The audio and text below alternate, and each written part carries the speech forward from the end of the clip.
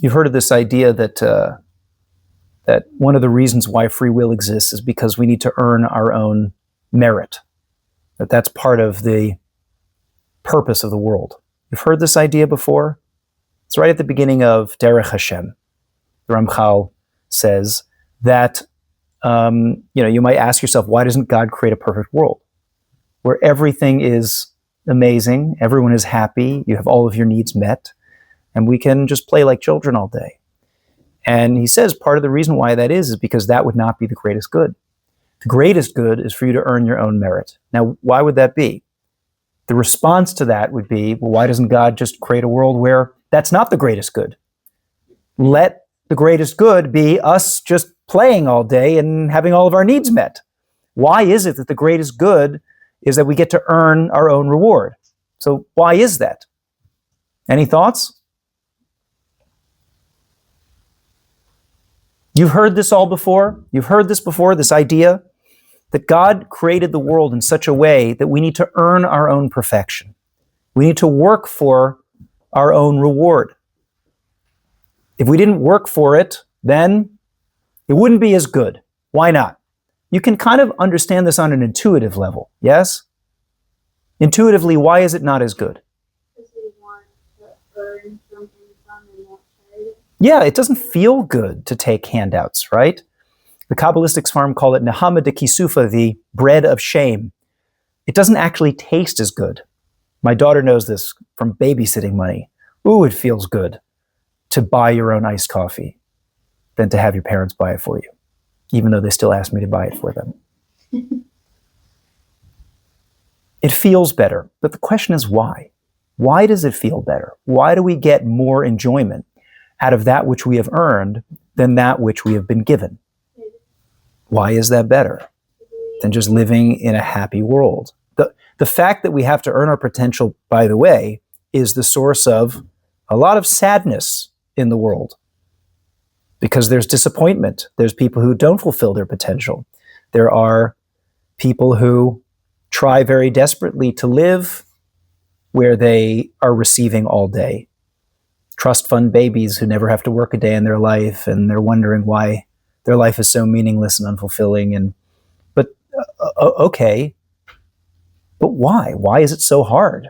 Why make life so hard? So the Ramchal explains like this. He says that the reason why it's better to earn what you get is because we have to define good. What's the greatest good in the universe? If you want to, I've told you it's better, it's good to earn what you get instead of getting it for free. But what's good? How do we define good? What's the greatest good in the universe? God, Hashem. The greatest good is being God. By definition, he's perfect, he's everything. Now there's only one problem. You can't be God for a few reasons. Number one, because there's only one God. And number two, because we are fundamentally different from God in a very crucial respect, which is that we are created. We're finite. It's another word of saying we're finite. We are created. We are not the cause of our own existence. God exists of his own right. There's no cause to God. He exists because that's who he is. That's his definition. We could just as easily not exist. So therefore, our existence is dependent upon something outside of us, which means in a very real way, we're already behind the game because we never earned our right to exist. We never earned birth. That is totally a handout to be alive. So that's a bit of a letdown, isn't it? Because we want to be like God, but in a very, very fundamental way, we can't be like God. From the moment we're born, we're not like God. So what do? How do you solve the problem? Be yourself? What does that mean? Be who Hashem wanted you to be. Yes, but it's still not being, that you can be yourself and still be godly, right? Because there's a part of you that's godly, but how do you reveal that godliness? if you're not like God in a very important way, so how do you overcome that hump? Yeah? Try to do things he does. Sure. You have to emulate God? Absolutely. But I'm telling you that you can't emulate God in a very, very, very important way. You can't be the cause of your own existence. By the way, you want to know something really cool? You've ever heard of Freud? You've heard of his Oedipal complex? You know what the Oedipal complex is? This is one of his most famous discoveries, is that all boys, this is his theory, all boys secretly harbor, I see your hand, so I'll get to you in a second. All boys secretly harbor a desire to kill their father and marry their mother. Oh. It's based on, he names it after Oedipus, the Greek play where this king realizes that when he unknowingly killed his father and married his mother, right? And he can't live with that. But Freud identifies this as this deep yearning in every young man. Now, like, you think about that and you're like, exactly your reaction. What on earth is he talking about? Is he just making this stuff up? So a later psychologist by the name of Ernst Becker, he explained what Freud was getting at. He said, do you know what that really means, that you want to kill your father and marry your mother? You want to be your own father.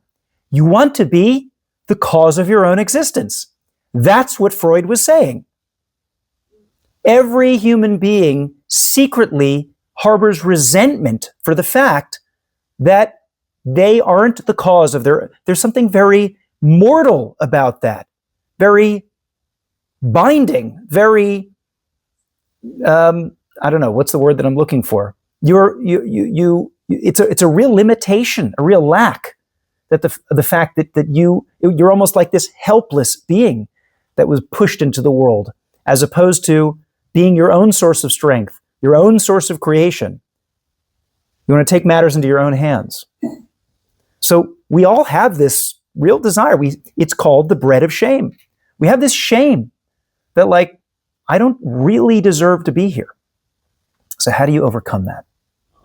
The way that the Ramchal describes it is the second best thing to creating ourselves is to earn our reward, is to earn what we get. You're right, I couldn't create myself. I never earned being born, but once I'm in this world, I can earn my food, I can earn my clothing, I can earn my house. You said the second best thing. In other words, if I want to be like God, I can't be like God in the sense that he is the cause of his own existence. But I can come very close, that after I'm born, I can be responsible for my own existence. I can bring into the world all of the things that I enjoy and all the things that I benefit from through my own effort. And in that way, it's almost as if I am creating myself. And in so doing, I'm emulating God. I'm coming closer to godliness, because God doesn't take no handouts. He's not a taker. He's independently self-sufficient. And that's what I'm doing too.